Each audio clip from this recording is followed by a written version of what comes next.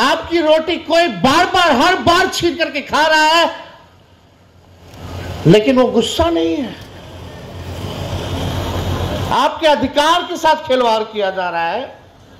झुनझुना दिखाता है, रोटी खींच लेता है, फिर झुनझुना पे हम लोग ताली मारते हैं।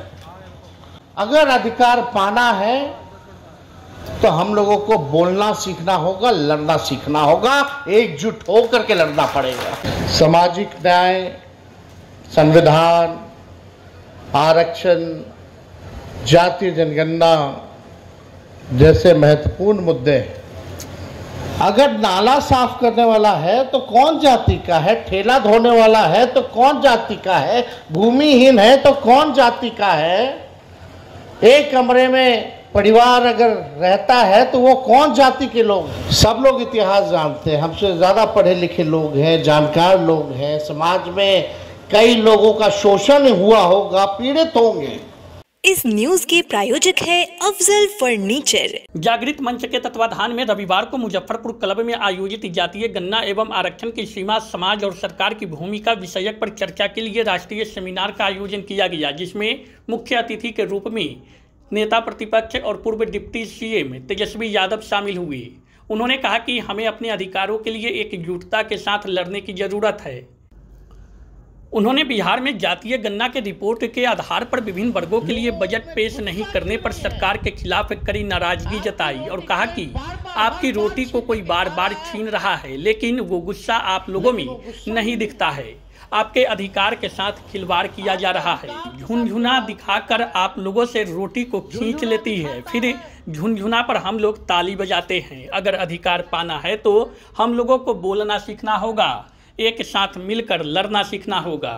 तेजस्वी यादव ने कहा कि सामाजिक न्याय, संविधान, आरक्षण, जातीय जनगणना जैसे महत्वपूर्ण मुद्दे पर हमारी पार्टी और हमारे नेता लालू यादव ने कभी समझौता नहीं किया। आज अवसर मिला है आप सब लोगों के बीच आने का, अपनी बात को रखने का।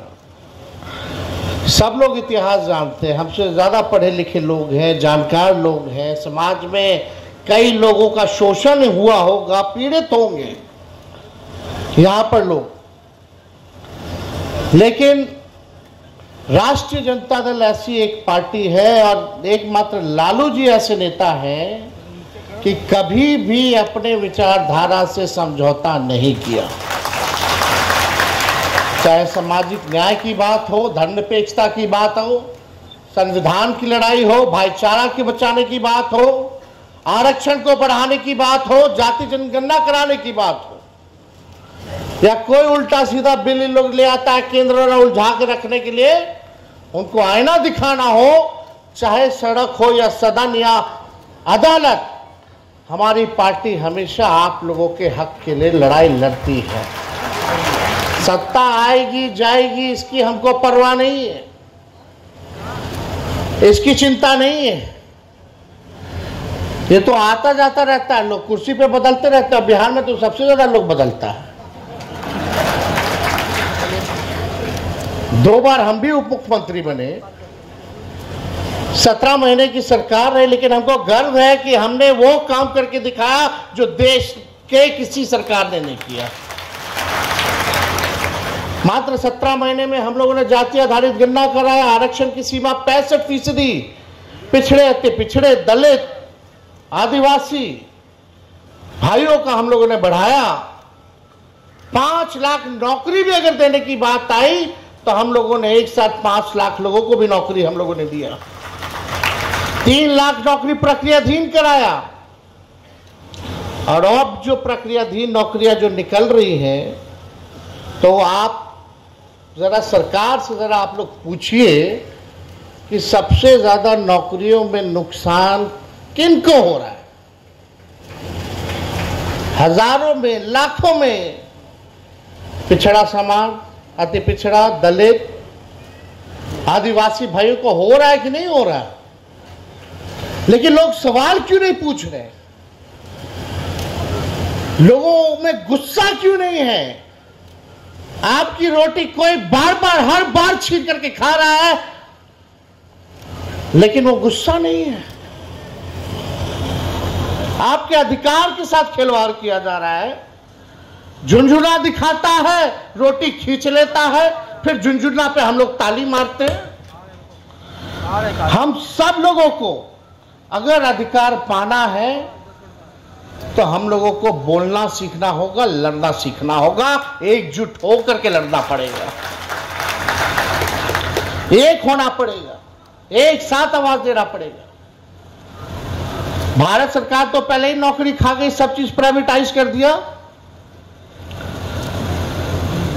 रेलवे हो, सेना हो, जहां भी जितना भी आपका सरकारी संस्थाओं में जहां भी नौकरियां मिलती थी, आज धीरे धीरे करके जो है प्राइवेटाइज कर दिया गया, यानी आरक्षण को जो है ऐसे ही खत्म कर दिया गया।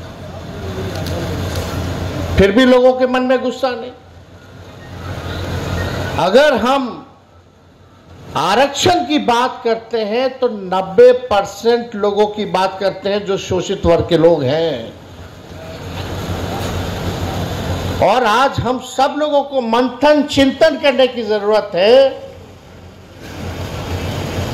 कि जाति आधारित गणना के बाद भी बजट उसके रूप में क्यों नहीं बन रहा है। क्या हमारे मुख्यमंत्री जी कूड़ेदान में फेंक दिए वो रिपोर्ट? भाजपा के दो उप मुख्यमंत्री क्या कर रहे हैं? सरकार में बैठे हुए अधिकारी क्या कर रहे हैं? आंकड़े तो आ गए, लेकिन आंकड़ों पे अगर आप काम नहीं कीजिएगा तो कैसे चलेगा? सरकार ढिंढोरा पीटती है कि कितना का बजट किया, 3,17,000 करोड़ का। बोलती है कि इससे ज्यादा बड़ा बजट आज तक बिहार में नहीं हुआ। हम लोग उम्मीद करते थे कि भारत का जो चौथा खंभा जो मीडिया है वो कम से कम इन मुद्दों पे चर्चा करे, लेकिन दुर्भाग्य है कि सब हाईजैक हो रखा है।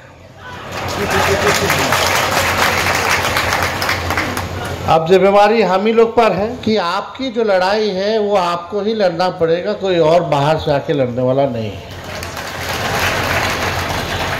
और अब अपने कंधों पर ही हम लोगों को ये जिम्मेदारी लेने की जरूरत है। सामाजिक न्याय, संविधान, आरक्षण, जातीय जनगणना जैसे महत्वपूर्ण मुद्दे और खास तौर पे बिहार राज्य, जिस राज्य के हम और आप लोग हैं, देश का सबसे गरीब राज्य, और इस गरीब राज्य में सबसे गरीब कौन है? आदिवासी, दलित भाई, अति पिछड़े, ये सब लोग जानते थे।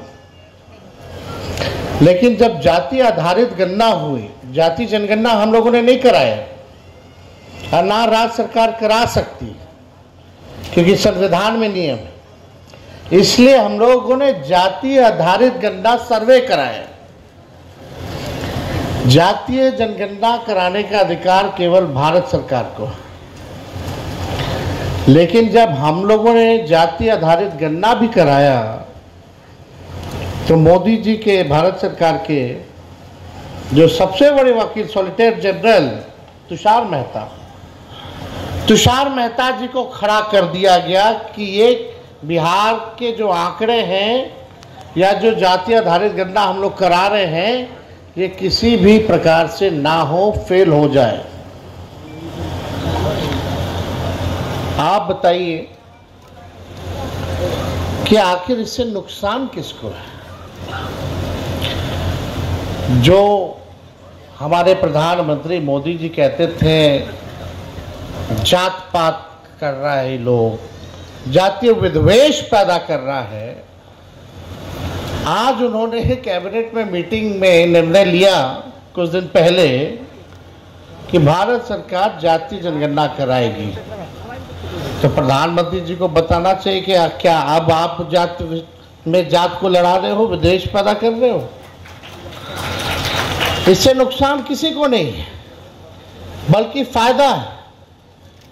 साइंटिफिक डेटा होना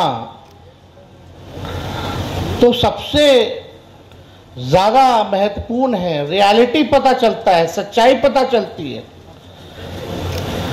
अगर नाला साफ करने वाला है तो कौन जाति का है, ठेला धोने वाला है तो कौन जाति का है, भूमिहीन है तो कौन जाति का है, एक कमरे में परिवार अगर रहता है तो वो कौन जाति के लोग हैं,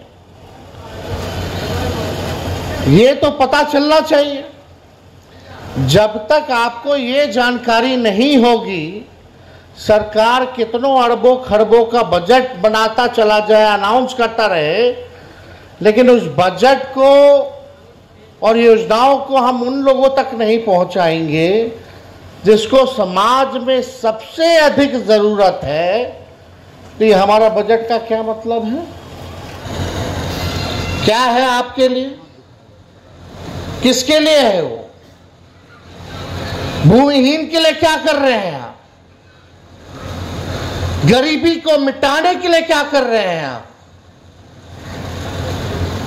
कौन सी ऐसी योजना है जिससे किसानों का भला हो, मजदूरों का भला हो? मेरा अर्थ यह है कहने का कि उन लोगों को आर्थिक न्याय कब मिलेगी,